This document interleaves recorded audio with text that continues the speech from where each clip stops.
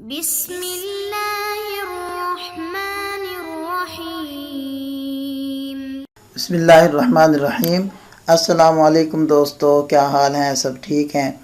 آج ہمارا 21واں سبق ہے، تو پہلے ہم عبارت پڑھیں گے۔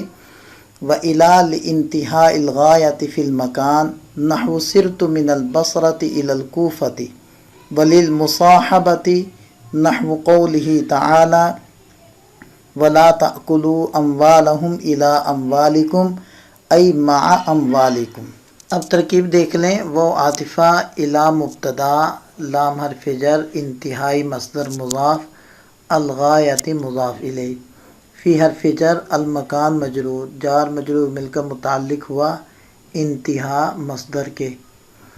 انتہا مصدر اپنے متعلق اور مضاف الیہ سے مل کر مجرور، جار مجرور مل کر ظرف مستقر ہو کر الی کی خبر، مبتدا خبر جملہ اسمیہ خبریہ ہوا۔ نحو مضاف، سرت فعل بفاعل، من البصرہ جار مجرور مل کر متعلق اول سرت کا، اور الی الکوفۃ متعلق ثانی سرت فعل کا۔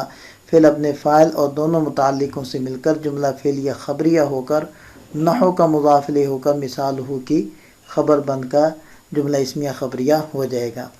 وہ عاطفہ للمصاحبۃ، یہ جار مجرور ظرف مستقر ہو کر الی محذوف کی خبر بن جائے گا، مبتدا خبر جملہ اسمیہ خبریہ ہو جائے گا۔ نحو مضاف، قول مضاف الیہ مضاف، ہو ضمیر ذوالحال، تعالی فعل فاعل جملہ فعلیہ ہو کر یہ حال، حال ذوالحال مل کر قول کا مضاف الیہ ہو کر یہ بن جائے گا قول۔ لا تأکلوا فعل نہیں، اور انتم مخاطب کی ضمیر اس کا فاعل، اموالہم مضاف الیہ مل کر اس کا مفعول بھی، الی حرف جر، اموال مضاف اور کم مضاف الیہ، مضاف الیہ سے مل کر مجرور، جار مجرور مل کر مفسر، ای حرف تفسیر، مع مضاف، اموالی مضاف الیہ مضاف اور کم ضمیر مضاف الیہ، مضاف الیہ سے مل کر مع کا مضاف الیہ ہو کر یہ تفسیر بن جائے گا، مفسر تفسیر سے مل کر یہ متعلق ہو جائیں گے لا تأکلوا فعل نہیں کے، فعل اپنے فاعل مفعول بھی اور متعلق سے مل کر جملہ فعلیہ انشائیہ ہو کر مقولہ بن کر، اور یہ نحو کا مضاف الیہ ہو کر مثال ہو کی خبر بن جائے گی، مبتدا خبر جملہ اسمیہ خبریہ ہو جائے گا۔ ترجمہ دیکھ لیں۔ اور الی مکان میں مسافت کی انتہا کے لیے آتا ہے، جیسے مثال سرت من البصرۃ الی الکوفہ، میں بصرہ سے کوفہ تک چلا، یعنی الی مکان کے اعتبار سے فعل کی آخری مسافت کو بتلاتا ہے کہ وہ فعل جو فلاں مقام سے شروع ہوا تھا وہ فلاں مقام پر پہنچ کر ختم ہو گیا۔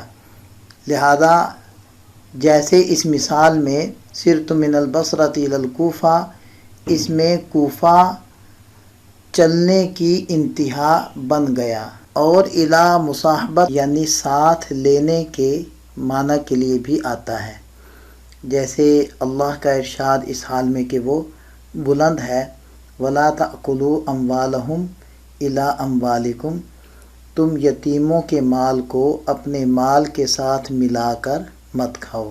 مصاحبت کے معنی ہوتے ہیں کسی کو ساتھ لینا، دو چیزوں کو ایک دوسرے سے ملانا۔ یہ الی ہمیشہ مع کے معنی میں ہوتا ہے۔ معیت کے معنی ہے ساتھ ہونا، یعنی الی کے مدخول اور اس سے پہلے والی چیز میں فعل کے اندر معیت ہوگی۔ لہذا آپ آیت مبارکہ کا ترجمہ دیکھیں کہ مت کھاؤ تم یتیموں کے مال کو اپنے مال کے ساتھ ملا کر، یعنی دونوں مال ملا کر چٹ مت کر جاؤ۔ تو یہ دو معنی یہاں الی کے بیان ہوئے۔